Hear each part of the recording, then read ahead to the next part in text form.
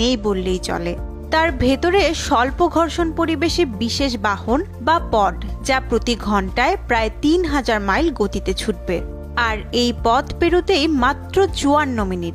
Elon Musk এই hyperloop ধারণাটি জনপ্রিয় করেছেন 2013 সালে। এর মূল কথা দ্রুত গতিতে মসৃণ ভ্রমণ, বিমানে জ্বালানির বদলে বিদ্যুৎ চালিত ব্যবস্থা, যা অপেক্ষাকৃত পরিবেশ বান্ধব।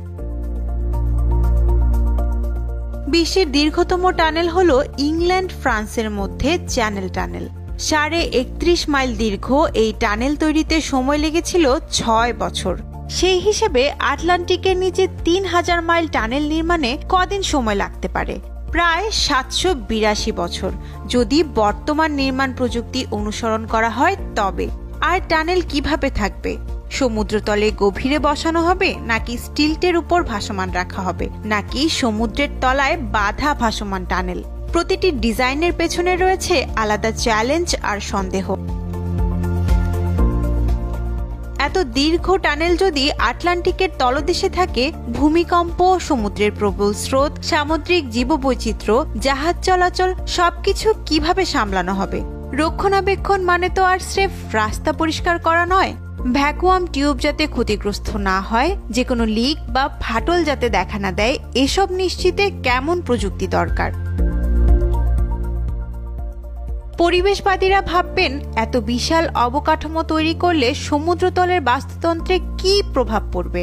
যদিও হাইপারলুপ নিজে কম পরিমাণে কার্বন নিঃসরণ করে, কিন্তু টানেল তৈরির সময়কার নির্মাণ কাজ এবং রক্ষণাবেক্ষণ নিয়ে প্রশ্ন উঠতেই পারে।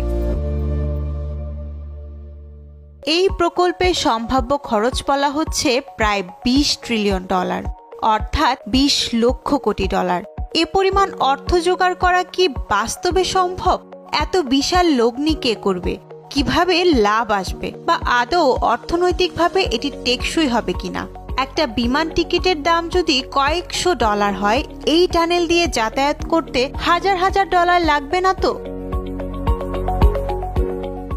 ধরা যাক টানেলটি কোনোভাবে হয়েই গেল, তখন প্রশ্ন, কত মানুষ এ পথ দিয়ে চলবে? এটি দিয়ে চলাচলের খরচ যদি সাধারণ যাত্রীর নাগালের বাইরে হয়, যদি এটি ধনীর বিলাসিতা আর বিশেষ পণ্য পরিবহনে সীমিত থাকে, তাহলে এত বিশাল লগ্নির পেছনে যুক্তি কোথায়? বিনিয়োগের টাকা আসতে কত শত বছর লাগবে? সব মিলিয়ে টানেলের ধারণা বইয়ের পাতায় দারুণ, জুল ভার্নের কল্পকাহিনীর মতো আকর্ষণীয়। London two new York in 54 minutes শিরোনামে একটা রোমাঞ্চ আছে, কিন্তু বাস্তবে টানেল তৈরির পথে আছে পাহাড় সমান বাধা। অর্থায়ন, প্রযুক্তি, নিরাপত্তা, রক্ষণাবেক্ষণ, পরিবেশ এবং বাণিজ্যিক বাস্তবতা। এ প্রকল্প বাস্তবায়ন হলে তা হবে মানব সভ্যতার ইতিহাসে এক অবিশ্বাস্য কীর্তি।